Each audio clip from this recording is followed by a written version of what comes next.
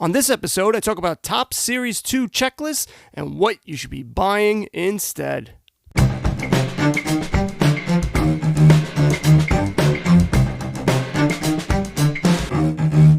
What is going on, everyone? Dave at SVA Card Collectors, and I have to make a correction. Yesterday I talked about the Hank Aaron rookie card, and I stupidly thought of the 1955 Topps card. Because to be honest with you, I like it better. It's just a better looking card to me as opposed to 54.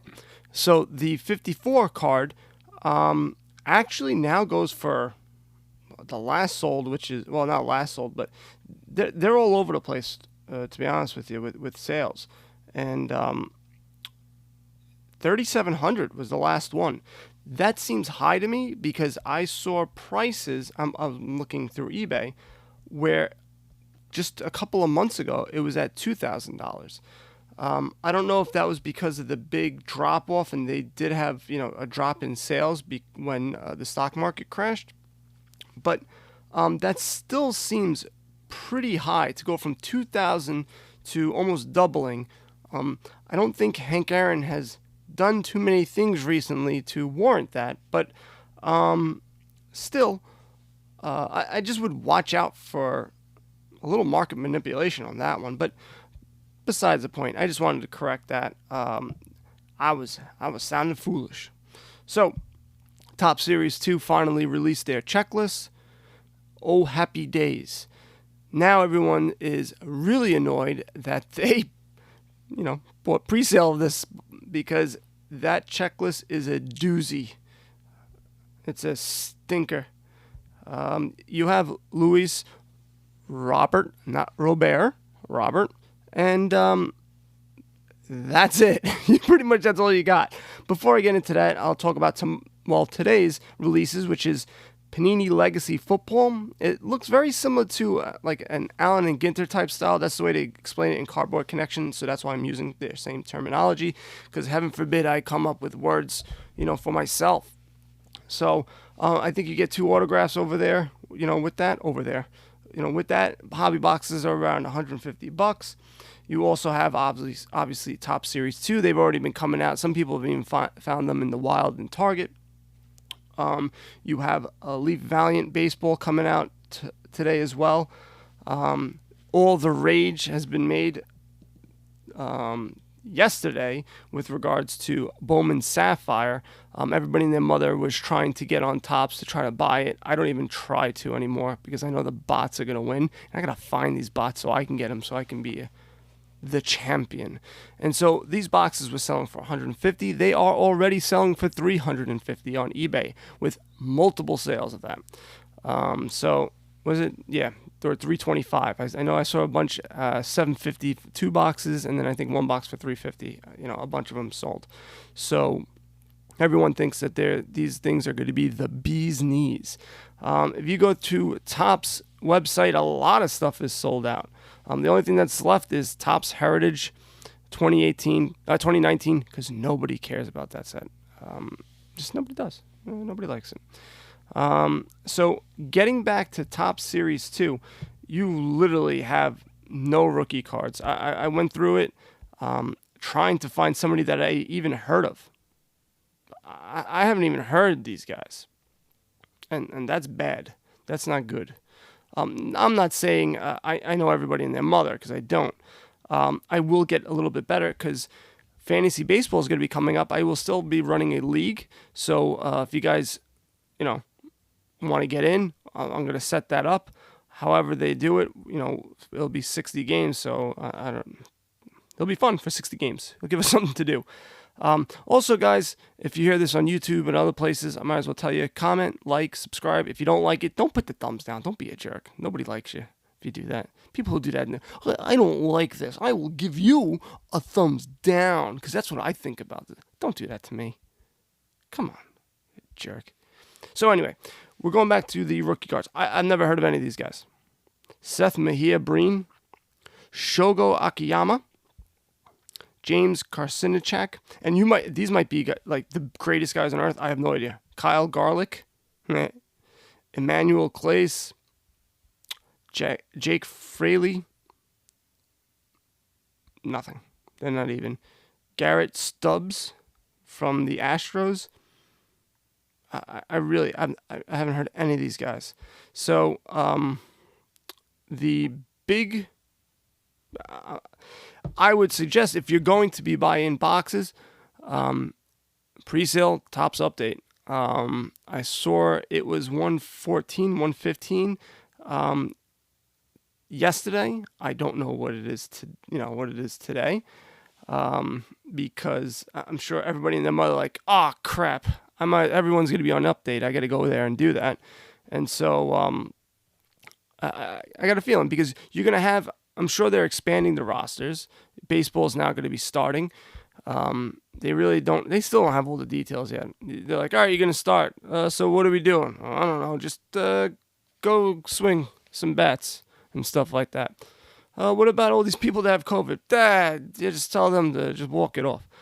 But they're going to have to expand the roster, and then they're going to have like a bunch of players just chilling on the sidelines. So if someone gets COVID, they can just be brought right in, basically. And I think you're going to have a lot of those minor leaguers getting in there. So I think Topps Update is going to be pretty cool this year, I think, because you're going to get people get hurt, people get COVID, pitchers, they're not going to be able to go 6 innings, so you're probably going to have a ton of pitchers. So they're going to have to bring probably some pitchers up from the minor leagues, and it should make the playoffs pretty cool. Also, the DH, now that that's going to be in the NL, that should be good for a lot of teams, especially the Mets. I think the Mets are in good position. I mean, we make fun of the Mets, and rightfully so, but their starting pitching is excellent. They have decent hitters, and now if they get Cespedes and they say, all right, well, you don't have to go out there, just swing the bat. He was pretty good. He's pretty clutch.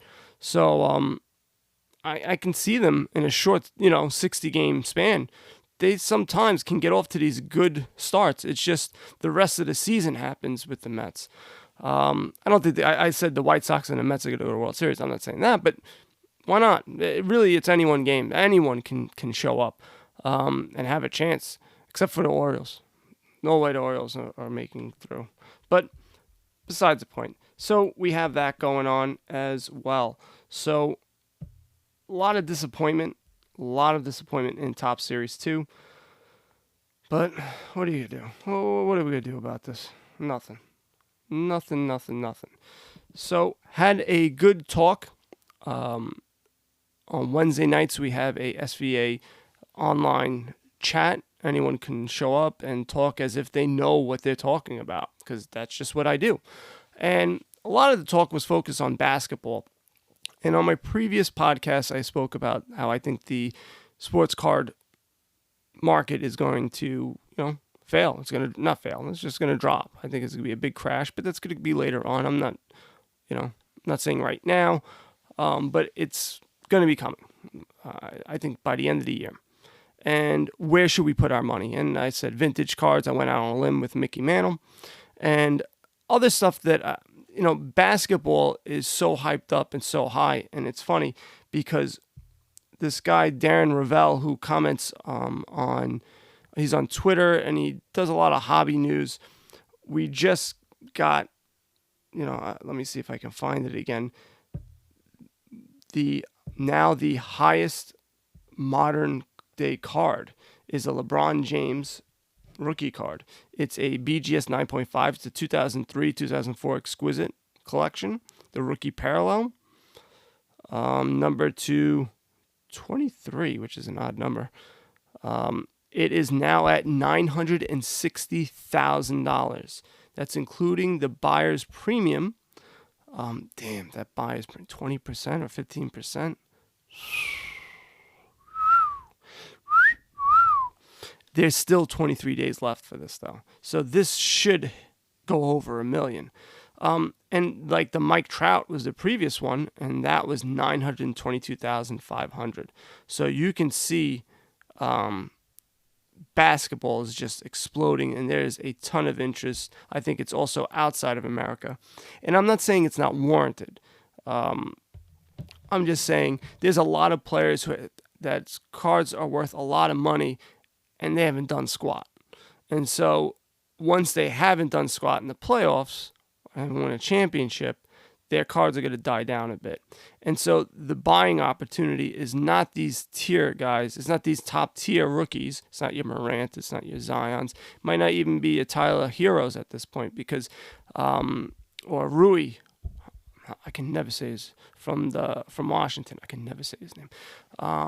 It might not be them as well. You're going to be looking for guys below that tier where you can get better value, but it's going to be a long-term, investment. I brought up a player named Bol, who, I didn't know too much about, but I looked up his, how he plays on YouTube.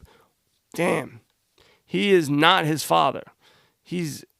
Has athleticism. He can shoot, and in the G League, he was playing pretty well. But those are the type of players you're going to be looking for to get the best value, to buy low and then sell high. So those are the guys that everyone's looking for. And not everyone's looking for, but no one's really paying attention. And that's where it should be. You should be looking. I made a comment about LeBron James and how his other years, there's really should be no reason why they're spiking in price as much as they are. I may be wrong about that. I understand the first year that he's in a Heat jersey or first year he's in a Laker jersey for Panini, but even still, his Laker jersey is silver is $700-800, bucks already in a PSA 10. I just don't get it. And so either the play is these are overvalued and just wait for them to drop, or go find other players who are not of his stature. I don't think there's too many out there, but might be pretty damn close. And maybe their cards are undervalued. Maybe his silver is, LeBron James silver is a 700. But maybe Durant's is a 400 or 500, and right now you probably can get it for a lot less. Will it get there? I don't know, and I'm not saying that's the play. It's just the thoughts that are running through my mind right now. Those are the things I'm looking for. Where I can find cards that are cheaper that not everyone is thinking about talking about. And when you have these conversations, especially those like the online, players were coming out, and I'm like, you know what? Let me look online. And now I'm looking, and now I'm watching on eBay, and I'm trying to see, you know what? This may not be a bad play. They're cheap enough for me to go get them. That's what's good about these this stuff. Just when you start talking out loud and you start, interacting with people, and I think that's what Instagram is pretty good with. Twitter. Even Facebook groups to an extent, and the Flick Chat groups. The Flick Chat group that I have is great for that stuff because people can go back and forth. It's much easier to go back and forth, and you can have actually a conversation. And so it's important to have these relationships. It's important to talk because there may be things that you don't realize that makes a card so much more expensive. Maybe there's print errors. The card that I suggested in my email, that's why you got to sign up. Go to my website, sign up to email, because I'm finding deals and finding stuff that not everyone's talking about. That's where I'm going to be, focusing on. Everyone can tell you, hey, a good deal for Zion Williams, a good deal for these other players, but stuff that's, affordable that we can go after. And if we get it graded, we can make some profit, because raw cards is where you're going to make the most profit. And the best way to do it is you buy lots. You buy 10 of them. If you're able to get lots, relatively cheap, and then you grade them, the odds are going to be in your favor if you know what to look for. I have an article on it. You go on svacardcollectors.com, check out how to, buy raw baseball cards. And I sent out an email today where people are going to be smacking their heads and be like, come on, Dave. But I'm telling you, I know because I just sold 2 cards. I left 1 card that I sold out. If you went on my Instagram, you'd be able to see what I'm talking about. And if you look in a little bit more detail on the baseball cards that I sold, they were all baseball cards, but the type of cards they were, I bought them cheap, I graded them, and they sold pretty well. Am I a millionaire? No. But if you buy a card $2, $3, $4, $5, get it graded for 10, now it's going to be 12 or 13 because the modern cards, they went up on PSA. They sent a lovely email to let you know that. So you get it maybe all in 15, 16 bucks. And if you're selling them at 40 bucks, 35, 40 bucks, and you have a steady stream of them and you're doing this every single month, it's not bad. And that's the thing. You have to be consistent. If you're not consistent, and then it may not work all the time, because after a while, you're just going to run out of cards and be like, ah, crap, I don't have nothing. But if you have a steady stream every month, cards coming in, and you're able to do this and able to flip this, you'll be able to get a nice little nest egg, where you'll be able to start buying bigger cards.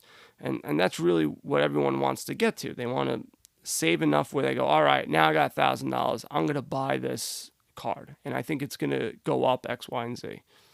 And, maybe an A and B. So that's where my focus is on, and trying to learn some people, some things. So that's where I'm at. I'm trying to think of, I'm losing my mind here because I had a lot more stuff. Like, hey Dave, why don't you write the stuff down? That would be really smart. But yeah, I didn't do that. I did buy. I wanted to talk about the. I just pulled up an Instagram post. I bought one of the cards I really wanted was Hot Gloves. I love Flair. It's probably one of my favorite sets, and I really got into the 90s inserts, and I still am. But I pick and choose what I want. I'm not going out and spending any crazy amounts of money. But the 97 Flair Showcase Hot Gloves A-Rod has fire in the background. It's a die cut with lasers, and it was for $25. It looked like it was in great condition, and boom, I pulled the trigger for $25. Some of the sales were a little bit lower raw, but I really liked that card as opposed to the other cards that I saw, so I just picked it up. That's that. It's done. So I'm super, super happy I have it. It's coming. That's what she said. And yeah, it's just happy about that. And I also, what else did I buy? What was the other thing I bought really late at night? That's what I do now. I just go late at night, just go surfing for cards. Yes, the Kevin Durant. I bought a Kevin Durant 2012 Panini Select base card for $15. Already shipped out. Looked like it was in pretty good condition. Going to see if I can get this bad boy graded. If not, that's okay too. I think that was something that's slightly undervalued. And just to give you an idea, like I spoke about before, that's the type of stuff I'm looking for. Kevin Durant. Who else? Just, the guys. I sound like Joe Biden when he goes, "We hold these truths to be so." Well, you know the thing. You know the guys. It's going to be the major guys. That's who I'm looking at. And I'm looking at if they have an optic, if they have...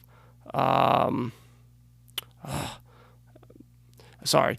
As I'm talking, I have a thing. I'm trying to buy the stupid Barry Bonds card. It's $5.99. The guy has an offer up. I offered $4 and $5. He's declined each one. So it's just basically I got to buy this for $5.99, and it's like I just don't want to because it looks nice, but I don't know. I think I'm probably gonna late at night just get suckered into it and buy it anyway. But now I lost my train of thought. Great. That's what I like to do in a podcast when I start rambling on, lose my train of thought. But you get where I'm talking. I'm looking for not just Panini Prism. I'm looking for Select. I'm looking for Optic if they have Optic. I'm looking to see if there's any special type of insert that is pretty collectible of guys who are not, really expensive, not the top guy, because maybe their card, maybe they just are not being, talked about right now. They're not, they're not making the playoffs, but they typically do. Guys like that. So, there you have it, guys. All right. So now, it's the time of the show where I have to say goodbye. SVAcardcollectors.com. Guys, if you want to write, I will post your stuff. I'll give you shout outs. I don't know what else I can do. I have no shame, so I'll do whatever it takes. Also, guys, download the Flick Chat app. We are learning a lot. We are bouncing ideas off each other. It's just a good place to be. And you guys know what to do. Buy some cards, go broke. Later.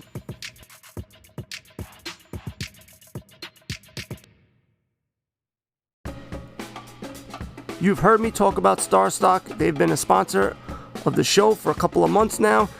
Well, now you can deposit, purchase cards, view in your collection, and flip those cards back on the marketplace with so much more to be built. StarStock is building a sports card marketplace aimed to be faster, cheaper for flipping sports cards than any other platform. They're currently looking for people who want to submit their cards to sell on this new platform. Here's what StarStock is offering. 5% commission, no ingestion fees. You send in the cards, they do all the work. Cards are guaranteed and secured in the vault. I seen the little guy, his name is Pepe. He doesn't let anybody in or out. You could choose cards to ship back to you at any time. You can buy, flip, store, or ship cards with a click of a button. If you're interested in getting involved and sending those cards, contact Mike at mike@starstock.com. Again, StarStock is only looking for rookie cards and are prospects of current players. Head over to starstock.com.